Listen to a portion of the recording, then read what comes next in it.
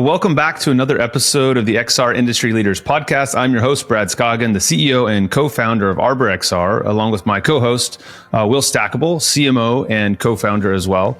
And today we are sitting down with Sophie Thompson, the CEO and co-founder of VirtualSpeech, and Gema Molero, the project manager of XR at IE University. IE University is a global institution located in Spain.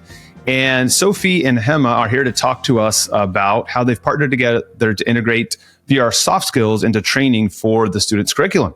Thank you both so much for joining us today. Thank you very much. Pleasure to be here. Thank you. My pleasure to be here from Spain. Sophie, I'd love to start with you. I know you've got a pretty interesting backstory of how VirtualSpeech came to be. So we'd love to hear that. Yeah, so we created VirtualSpeech originally as a solution to my own problem, which was a fear of public speaking. And actually, it was more than that. I had severe social anxiety, so I wouldn't order my own food in a restaurant, for example. I'd ask my dad to, or ask my friends to. And I had a presentation coming up at university that was going to be assessed. And I was very studious, so it was very important to me that this presentation went well. But I was terrified of speaking at this point, to the point that I was waking up 3 months before with absolute dread, like with real nerves about the situation. And yeah, so I was speaking to my business partner, Dom, and at the time he was just one of my friends and he worked at Jaguar Land Rover, the car company, and he was working with virtual reality there. And really it was his idea that VR could provide a unique place to be able to practice a skill like public speaking so that I could build up not just my skills, but my confidence as well. So it was a psychologically safe place to do that where there were no real world consequences. People weren't looking at me. And so, yeah, we created VirtualSpeech, and it was the first VR app to overcome the fear of public speaking. And I used it as a way to bridge the gap between total avoidance and being able to do that presentation. And within 18 months of creating VirtualSpeech, I went from not ordering my own coffee in Starbucks to being interviewed live on BBC World News. So that shows the power of virtual reality for. Well, and now to the Arbor podcast, seen by millions of people. Podcast. Yeah, so that's how we started. So really, to be honest, it was an accident. It was just a bit of nerdy fun that here we are nearly 10 years later, and we've expanded out into soft skills more generally. But at the core is not just improving competence, but confidence to use those skills. That's awesome. I do think it's so powerful when you create a solution out of your own pain, kind of, right? I mean, it's so personal, and you make sure it works because you want it to work for yourself. Mm-hmm. Yeah, exactly. I mean, to be honest, no one else was actually meant to see it. We didn't really think anything of it. And within 6 months, we had 100,000 downloads, and we were getting lots of reviews, because back then it was like Gear VR, Google Daydream, or just you used to like slot your phone into Cardboard or Merge VR. And so it was on the App Store. So people were finding us through there. And I think one of the pivotal moments for us was somebody wrote a review saying how it had helped their son with his autism. And we were like, oh, actually, maybe this could actually be something bigger than just ourselves. Yeah, that's awesome. This started back in 2016. Is that right? Yes. The first version, I think, was February 2016. Okay. I mean, I like to call that out because, it's almost a decade, right? That's a long time in VR. And we also started back in 2016, right? What was it, 2016? So we've been doing this for a while. It was fun. Sophie and I got to meet recently at Pico's 10-year birthday party, anniversary. I don't know what you want to call it. But there was a handful of the 10-year crew, which was just kind of fun. So that's cool. Been doing it for a long time. And I think we agreed that we'd have a joint party, didn't we, in LA next year? Oh, yes. Right? Oh, yeah, right. When it's our 10-year. You know what? You're right. I came back and said, well, we've got to figure out a way to do something for sure. Thank you for reminding me. And now I'm held accountable to the millions of listeners. Gema, I'd love to hear from you now. Tell us from your perspective, what motivated IE University to even think about integrating VR into the curriculum? Nice. Okay. Thank you for the introduction of IE, but just to be everybody on the same page, IE is an international university that all the content is in English. We are based in Madrid and also in Segovia, but most of our curriculum is in English, right? So that fits a lot anything that it will be related to the VR field, because that means that we need to go outside, especially America and United Kingdom. So when we were talking about what are the trends in that moment, actually, Sophie and the team met my team of learning innovation before the COVID.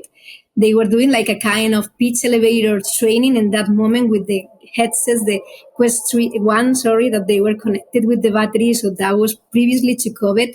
So we must say that when Meta started to be, Mark Zuckerberg started to be crazy with the metaverse in that moment, that was true. I mean, I remember that it was January 22. Correct me, Sophie, if I am wrong with a date, but I think it was that New Year's perspective that he started with the Horizon Wall and all the Meta Quest 2 coming. And in that moment, our, CEO and all the strategy management, they wanted to say, we want headsets, VR headsets in the classrooms. So that was the main idea at that moment, because, the fever of metaverse. In that moment, we were very good, and we have a lot of rankings that we are well known from the blended program. So we saw in that moment a solution of connecting everybody in the metaverse through the virtual reality headsets to go a little bit in another step further in the way of 2D with this, with all the podcasts and all the Zooms and Teams and video conference, but going back to another level. But for us, it wasn't only for the blended programs. Then we end up to see what is going to happen for the people who are on campus. How can we use this hardware with this software? So finding out over there, and also with our relations, we contact in that year with Sophie and Don from VirtualSpeech. And in that year, we were an initial really pilot, because even we need to train, and I'm going to say this word that sometimes it has to be with Christianity, but I really like it, evangelize, just to say people that we should be innovative. We are innovative, and we are an innovative institution. But I mean, we went go a step further again in the curriculum and in all the subjects that they are on campus. And we realized that all of our programs, no matter what school you belong to, you need to be trained in public speaking and all the discourse and all this kind of of speaking to be a good leader. That is one of our main mottos at IE, right?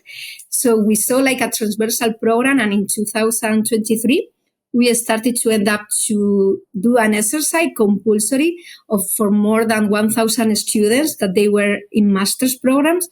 And that was, the initial step of not bringing hardware and software in the classroom, but combining with our curriculum. And it goes without saying that behind that, it was a training to the faculty, training also, this kind of evangelization, that everybody needs to be on the same mission and vision. And I must say that after 2 years of working hard in different programs, we are working now in the future new students coming in September, and we are including between 5 and 7 more courses to use VirtualSpeech in this case, right, as a public speaking compulsory exercise. And I will tell you later how we do in the logistics and how can we bring in to their homes the software and hardware. Yeah, that's awesome. It's great to hear that at least one positive thing came from Zuckerberg's go crazy moment, right? And that IE University has fully embraced VR. I'd love to hear about how the students and faculty have responded to the VR training, maybe both anecdotally and if there's any kind of measurable outcomes you've seen in confidence or presentation skills. These are for sure two different sides of the coin, because we have teaching and learning. For the learning experience is going to be, the final numbers that I'm going to give you. But that year, 2022, 2023, it was difficult to find adopters. And especially the early adopters, they were because they are very close to innovation. It's the same with artificial intelligence. We are seeing now in all the companies, right? And with virtual reality, we need to train them. But once that we train, especially, as not only because Sophie's here and she is, talking about her, company, and especially the value of speaking virtually gives a space that the students can train at home in that case, we use metrics, and that metrics help not only for the student, also for the faculty.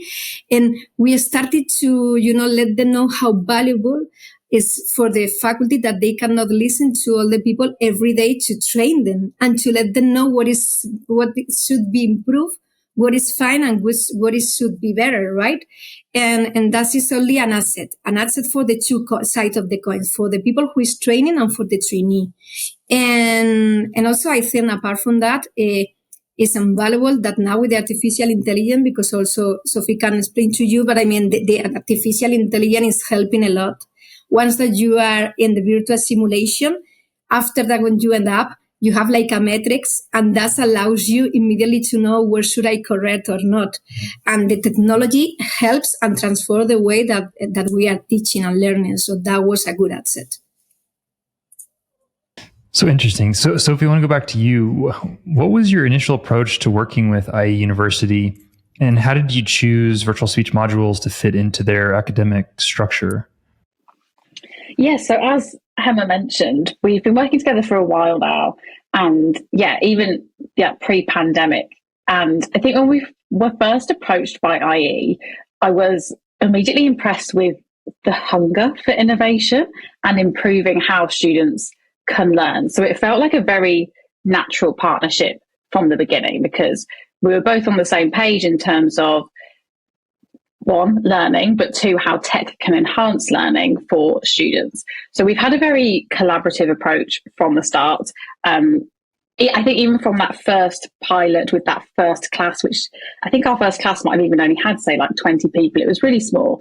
But from then onwards, so that's 5 years, we very much listen to what the students are saying. So Gema is listening in terms of, how it can be incorporated into classrooms, how faculty respond to it, how students respond to it. And then we're taking that feedback on board. And to be honest, we build out features as well based on that, because if 100 students at IE think that this would be helpful or this would improve the experience, then chances are there's going to be thousands of students elsewhere who feel the same. And then in terms of the modules, I think the first one, or certainly an early one, was around storytelling. Storytelling, presentations, and then we've evolved a bit more into, say, we have a Shark Tank style experience, so that can then go into entrepreneurship programs as well. I probably should have asked this before, but can you set the table a little bit for us?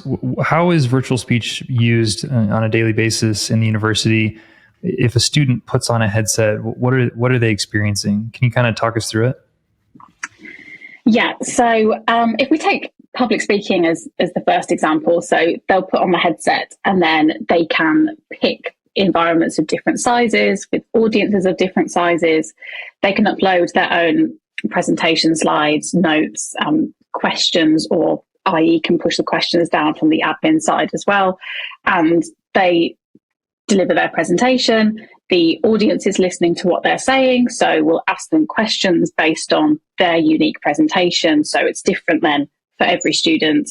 And then they get feedback, and that feedback is divided up into two. It's feedback both on the delivery and the content. So the delivery is things like pace, volume, tone, how many ums and ahs you've said, eye contact. And then then on the content side, it's more how the audience is likely to have perceived you. So if you said X thing that has made you sound slightly aggressive, or Y thing where you could sound more empathetic if you said this instead.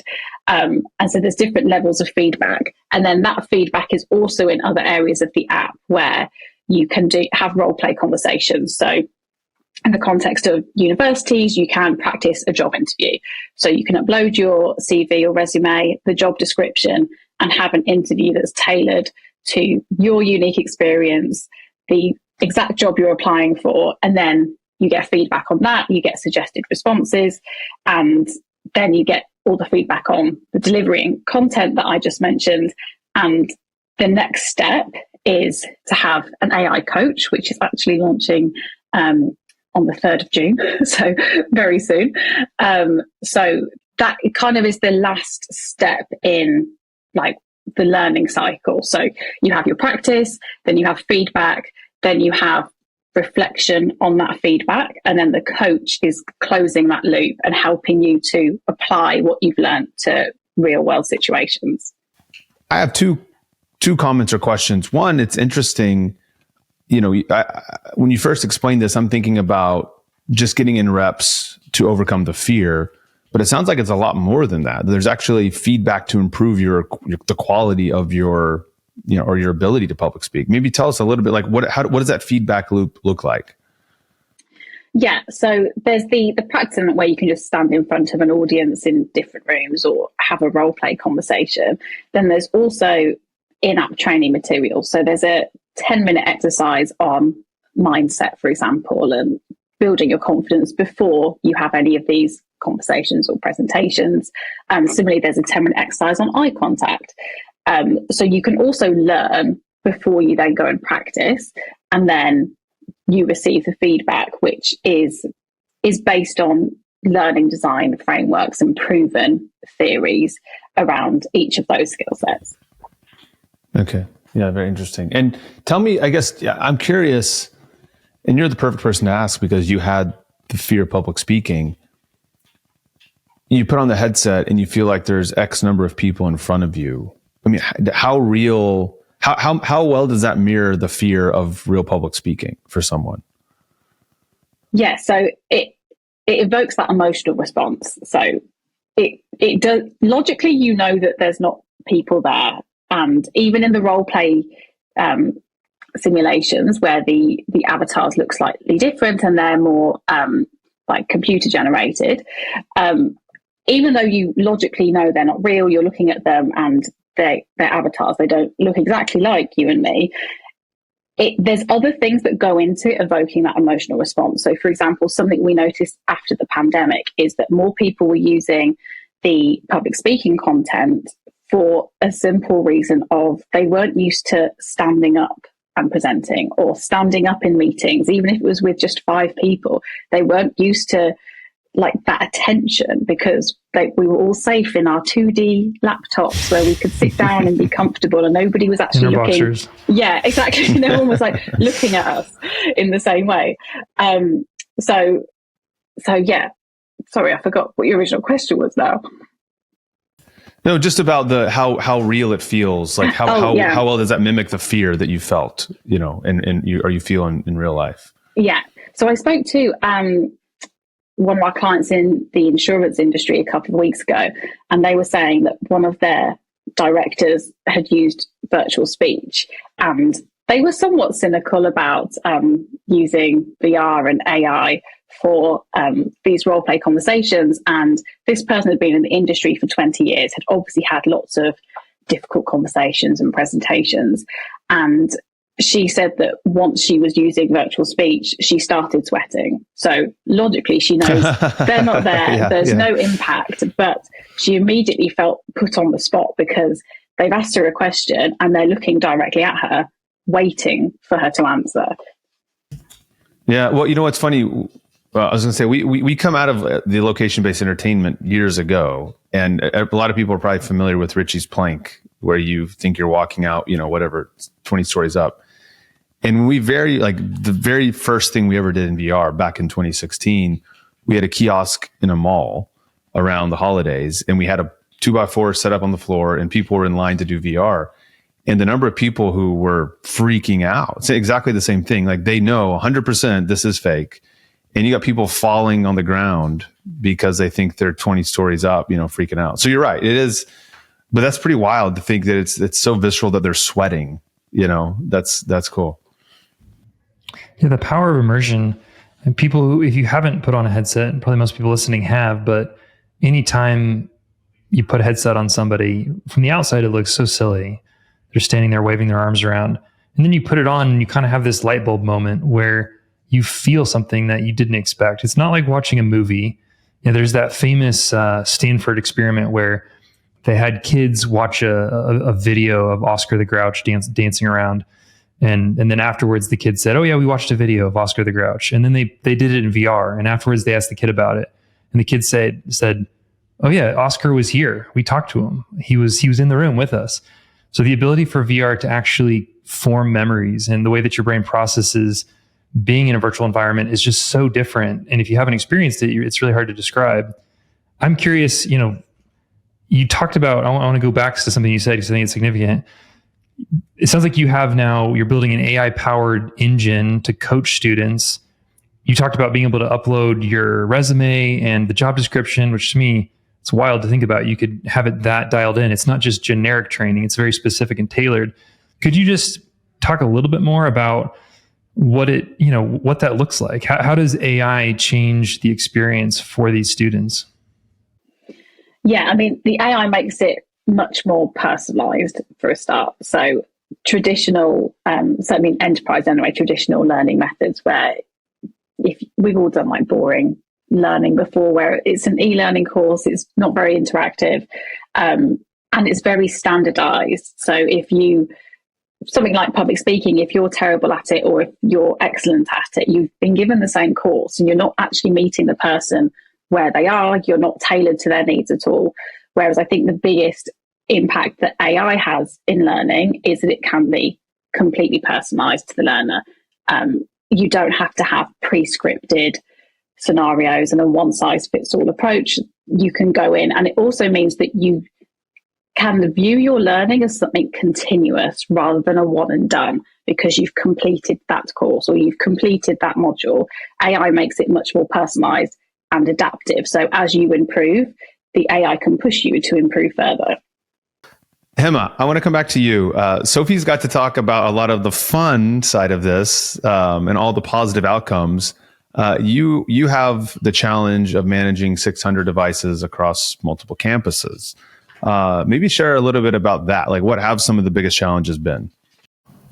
The first challenge was how to control this, because everybody knows how it works, taking a book from the library. But the first thing that we thought, it was, okay, we trust our students, and if we end up to give them a loaning period of between 4-7 days, it's fine. But of course, we use, in this case, Arbor, as a platform that we can just install to have this service, because at the moment we need to build it up. So the most efficient and, strategic idea was to think what is in the market, and let's try to install it. And for us, it gave us, the main 2 points, that automate data and also to tracking, and also in the way that for the blended programs that I mentioned before that we are using our own metaverse, sometimes they have end up writing to you and questioning to you, I cannot access to, this app. And you say, okay, I'm checking in my Arbor device that you haven't been connected to Wi-Fi since you were in Madrid when I gave you the headset. So what's the point, from the point of view of IT service, it helps us a lot for that tracking, right? So the first challenge was this, because at the beginning we only have 300 the first year. Then we have ended up with 700, but some of them are Quest 3 and Quest Pro, and we don't give it for a loan. We only have Meta Quest 2, that they are the hardest, and they are the ones who can be mobilizing in the whole Madrid and in other countries, right? So the first challenge is that, how we're going to control the software, and also on the other side, the software, and that is has a connection with your question before. VirtualSpeech not only gave me real-time feedback, it has a web browser, login, where it's connected with each faculty. So what we do is each faculty has the tracking of all his or students. It may happen 2, 3, or 4 sections. And immediately, the tracking, and also, over there allows faculty to help in the grading. Because as I mentioned, now in 2025, we have discovered that if an exercise is compulsory, they will make it. If not, they will try it. And it has, there was the challenges at the beginning. We started to offer virtual headsets like a way of training your speech for those interviews that you will be having in the following weeks after your graduation, or just before the exam, pitching exercise and so on. But that people are with a lot of issues at the moment, and especially an MBA student, sometimes you need to give them value. So that was the first, the challenging of just how we are going to control, how we are going to try that the usage is going to be real with compulsory exercise, that they are linked to the syllabus. And the third idea that I can share is the faculty. We know, and I would like to mention him because Sophie is going to understand that I need to name the faculty, Javier Bernat, because he has been, the most pusher for virtual speech in the way of public speaking. At the moment, I think he can be the most helper and the most, early adopter for this content in the whole university. And then it's a way of taking coffees with everybody, and you need to let them know how it works, right? So that was the second official challenge that we have.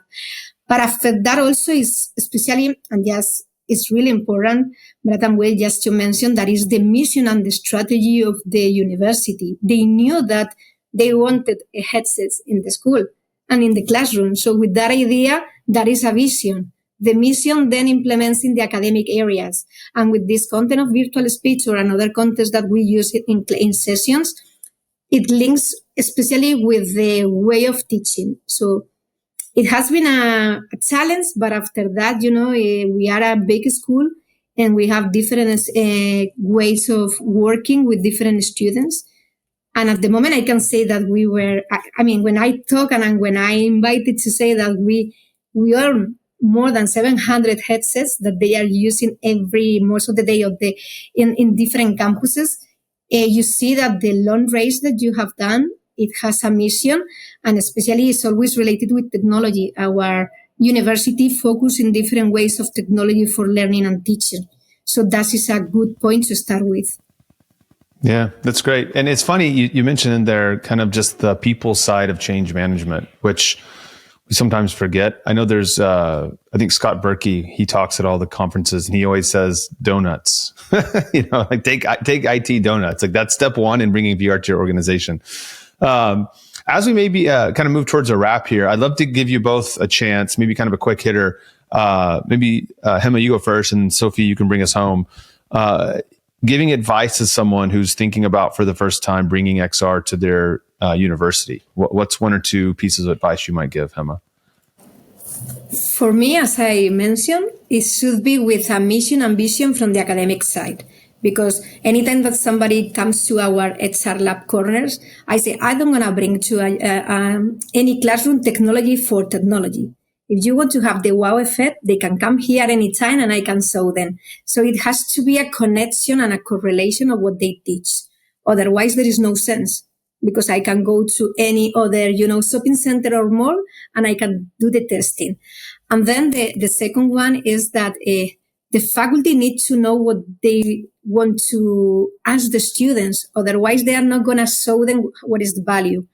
We have two different sides of faculty, the ones who, in my case, faculty, because they are my stakeholders, but in the way that, if I say, okay, you can try this, but if you haven't tried it, you haven't, put on the shoes of the students, let them know that with this we are going to win, you and me, because for us, this strategy is a win-win strategy for faculty and students. Of course, it has a wow effect, and it's going to be always like a wow effect for marketing and for everything that you want to post it in LinkedIn.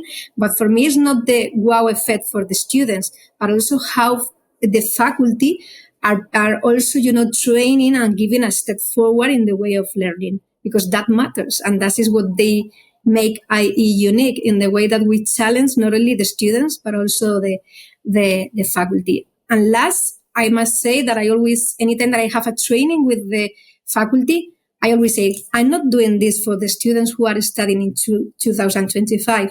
I'm doing this and I'm teaching you this for the students who are coming for the following year, because it's not the future, it's now. And if you are not trained in this, you are lost. That's great. What do you got for us, Sophie? Wow, how can I top that?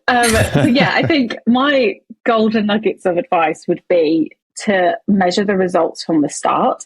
I would say too often we see people who work everything out about before the program and before the pilot, and then they kind of take their foot off the gas a bit, and they prepared for the class, but they haven't prepared for how they're going to measure success or not.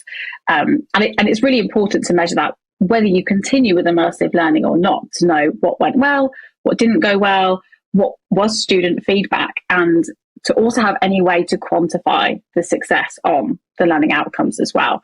So with IE, for example, our most recent feedback shows that students have increased their confidence by 24% and their skills by 18% in just 2 sessions. And that's not a one and done. We've done one feedback survey, so we're going to stop. That's consistent, and that's Gema being committed to being consistent with that feedback as well. So if for some reason those stats ever change, we can go in and immediately fix that, and hopefully those stats will only increase. Which leads to my second point of having a real champion. So IE have been very unique in my experience in Gema, for example, everything that the team have achieved in the last couple of years, rolling out to 700 headsets. That has happened in a very short period of time, and mostly over the last 2 years, and listening to students as well, and working then with software providers like us to improve the product for students and to optimize their learning.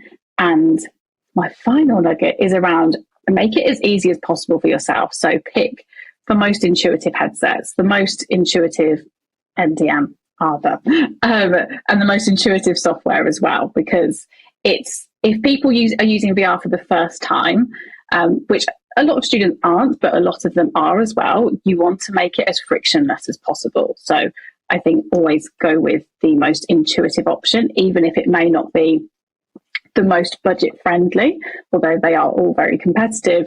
I think ease of use is also really important. Yeah, you're totally right. We've seen every successful XR program we know has a champion, and it's often we feel deeply, Gema, for the champions. We know you've at times been on an island pushing this thing forward, so we just appreciate that so much. And I think you're right too, Sophie. It's got to be easy, especially the first time, right? You got to get momentum with making it easy. But I'm glad we got it here right at the end. That's incredible. After 2 sessions, you said 18% improvement in confidence, or 24% improvement in confidence, and 18% improvement in skills. Like that's super here in impressive. the chat. I don't know if somebody can just, but I'm sharing the data over there, that the business case that we have with VirtualSpeech. But over there, it was like the answer, and we found out this kind of real improvements that Sophie has mentioned. And when that comes to students as well, something like improving your confidence by 24% in 2 sessions, that's basically 20 minutes. That's if crazy. you continue that opens up a world of opportunities for you at such a young age. Yeah. In less than 20 minutes in VirtualSpeech, students have increased their confidence by 24% with public speaking. Nuts. And we will link, Gema, we will link that in the show notes for sure. Thank you both so much. I know you're busy and schedules are kind of crazy. We're coming in from all over the world, so we appreciate you making the time to do this. And look forward to seeing you guys again soon sometime. And thank you so much. Thank you very much. Thank you very much for joining, and also for allowing us this space. Thank you. So cool. I said it at the beginning, but just so cool to see someone take their own, real personal challenge and fear, and not just turn it into a business, but turn it into, go create a solution for themselves and for now thousands of other people. I know I didn't say this on the main interview, but before we started, I was telling Sophie that as a kid in high school, I was deathly afraid of public speaking, and I somehow signed up for speech and debate. I actually don't remember why. I don't know if my counselor just put it in it. The high school counselor put me in it. And the first day of class, they made us get up in front of the class and do basically like a mini improv. And I thought I was going to die. My face was red. I was just, but it ended up being such a great experience, and I ended up loving it. And it broke whatever fear I had of public speaking. And I was thinking, I can see, because I lived through it. I know you don't experience this at all, Brad. You just live it. But for a lot of people, they say that public speaking is, a bigger fear than death for most people. So what a cool application. And it just was a reminder for me also, hearing Sophie talk, the way they interacted, that finding the right content provider, someone who's experienced, who can understand your use case or even help you figure out a use case. Because VR is not just something you bolt on to an existing program. Like, it needs to be done intentionally and thoughtfully. So somebody like Sophie who can come in and understand the needs and where they can fit in. And then what she said was so important. You need to measure it. If you don't, you're not going to be able to scale it. You're not going to be able to grow it. You're not going to know if it works, which is something obviously we've been thinking about a lot recently with ArborXR Insights, which is now in beta. I think we have 40 or 50 companies already in the beta. But being able to track what's happening in the headset and then passing that data wherever it needs to go, whether it's your existing LMS or a BI tool, and then being able to report on the ROI, and even just meet the basic requirement. Did somebody pass or fail? And having that in your system, that's so important, and it can be overlooked, especially when you're starting your XR program. It's a great interview, and excited to catch up with Sophie at AWE soon. Yes, and I am going to end this with a little bit differently than normal. We've been having an internal debate if anybody actually listens to our outro. So we're going to throw a little challenge out there. If you actually listen to the outro, I want you to email me, brad@arborxr.com. In the subject, I want you to put gotcha, and we will send you a gift of some sort. So thank you for listening. If you made it this far, make sure you check us out wherever you consume your podcasts, and we will catch you next time.